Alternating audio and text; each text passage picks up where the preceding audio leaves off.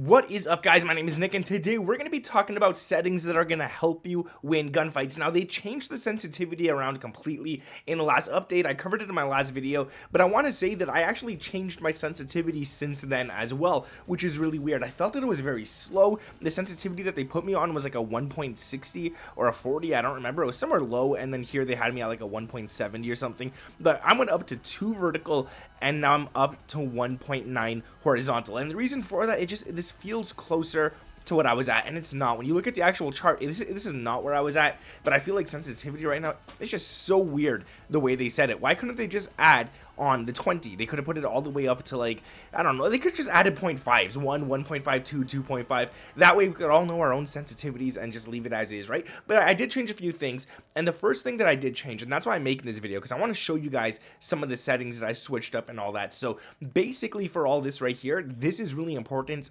sensitivity, in order to win gunfights and stuff. Something that a lot of people don't look at a lot is controller vibration, which is also very important to win gunfights, and I always recommend you turn it off at all times. But another thing is dead zone inputs. Now, dead zone inputs, I didn't change too much. I have my left stick minimum at 5, and I did change my left stick max to 45. I used to always say 25 is nice. I'm still gonna say 25 is really, really nice, but I'm trying to play at 45 now. I'm just trying to see how it feels, trying to do a few different things out, and so far it's working out nicely. Right stick minimum, I'm leaving it at 10. Right stick max at 100.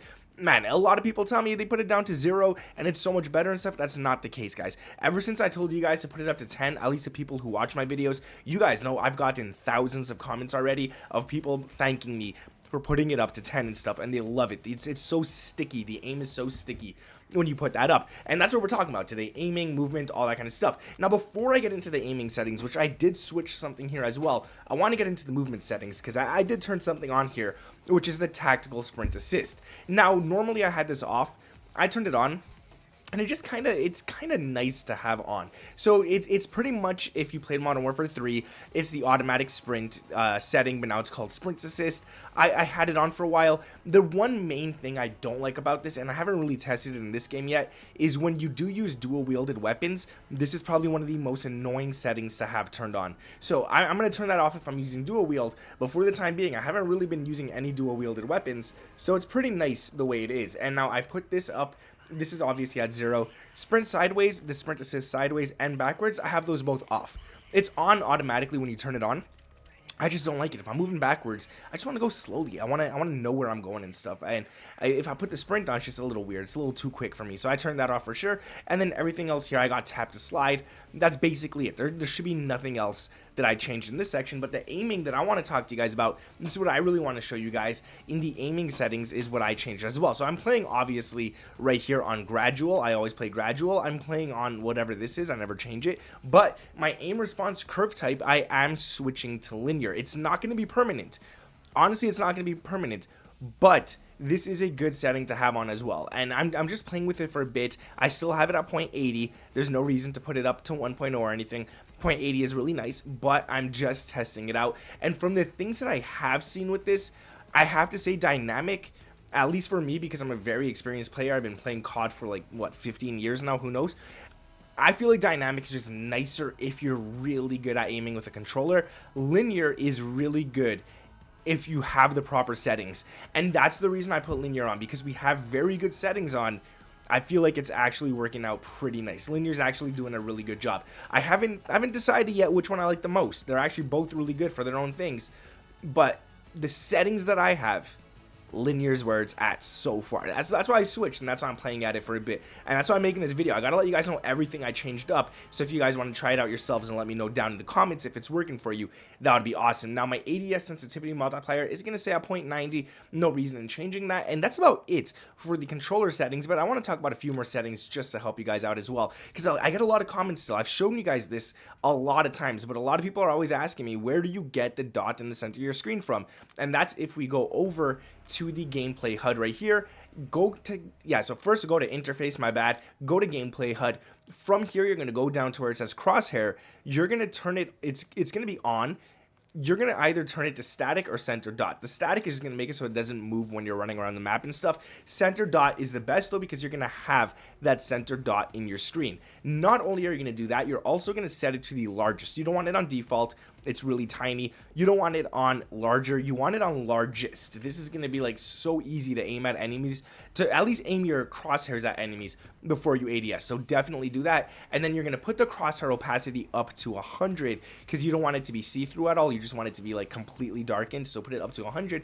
And the crosshair color, I'm going to recommend purple. I'm not going to say any other color. Don't put it to white. The default is white. Put it to like a nice purple. Put the saturation all the way up to the highest. The brightness all the way up to the highest. And if you don't know which purple to choose, I'm using F200FF. You guys could type that in, F200FF, and you could use the exact same color that I'm using, and then you just press apply custom color, and it's going to look good. It's going to look really nice. So definitely go ahead and do that. And the reason I say purple is because it's the easiest thing to see on the maps. There's not much purple naturally on these maps, so it's really easy to see that crosshair. Now, I guess another thing that we could talk about, and I guess it's in the graphics rather than the controller settings, and it kind of has to do a little bit with controller settings, is that we could go over to the view here, and your ADS field of view, I'm going to put mine to independent. I am playing on narrow now instead of wide or anything like that.